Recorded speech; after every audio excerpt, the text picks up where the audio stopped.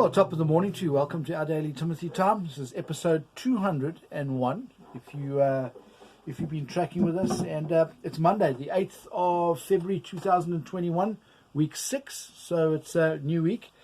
What we're going to do this week is we're going to alternate. We're going to read one day, and then we're going to go the alternate day. We're going to do or go back into a textual study like we did last week. That way we're reading through the book of Daniel, and we're also getting to explore some of the scriptures, which will be a good thing. It'll be nice and edifying. Anyway, last time we met up together reading Daniel, we got down to chapter 5, verse 16. Now, chapter 5 is kind of the fall of Babylon, and it's the handwriting on the wall chapter. You know, there's that secular saying, the writing was on the wall. You know, when someone or something is just about to go pear-shaped, just about to go bang, and it goes bang, and you say, well, you know, the writing was on the wall. Where do you think it came from? It comes from the scripture. And the actual writing on the wall, we're going to get there in our read and in our study, but it is mene tekel upharsin is what was written on the wall. Anyway, let's carry on with the read, and let's just see how far we get. Okay, we finished verse 16, so we'll start from verse 17. Then Daniel answered and said before the king, let thy gifts be to yourself, and give thy rewards to another. Yet I will read the writing to the king, and make known to him the interpretation. O thou king, the Most High God gave Nebuchadnezzar thy father a kingdom, and majesty, and glory, and honor. And for the majesty that he gave him, all the people, nations, and languages trembled and feared before him, whom he slew. Talk about power, eh? It goes on to say, and whom he kept alive, and whom he would set up, and whom he would put down. But when his heart was lifted up, and his mind hardened in pride, he was disposed from his kingly throne, and they took his glory from him. Remember, we read that in chapter 4, if it was that chapter on lycanthropy. We read about that, and we saw what happened to him, and how he got restored in the end. I don't know if you can recall that. Maybe read over it again and check it out. But yeah, so that's where we're at with that.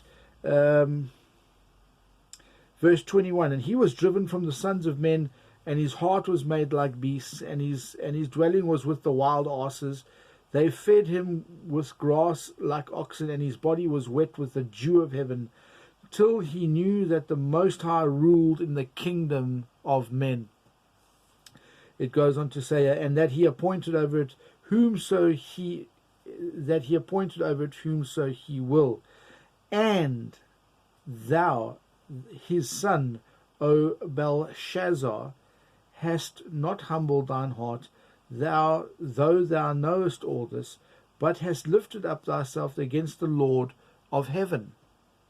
And they have brought the vessels of his house before thee, and thou, and thy lords, thy wives, and thy concubines have drunk wine in them. And thou hast praised the gods of silver and gold, of brass, iron, wood, stone, which see not, nor hear, nor know, and the God in whose hand thou breath is, and whose are all thy ways, hast thou not glorified. Then was the hand sent from him, and this writing was written.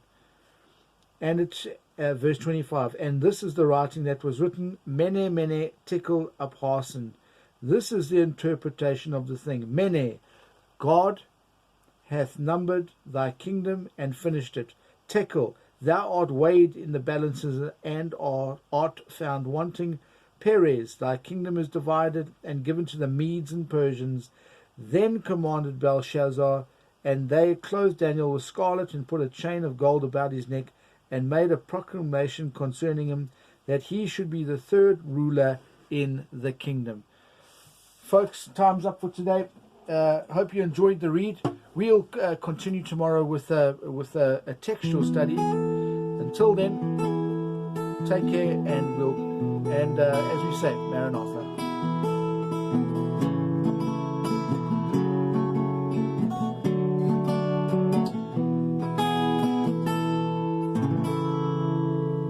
Maranatha, folks.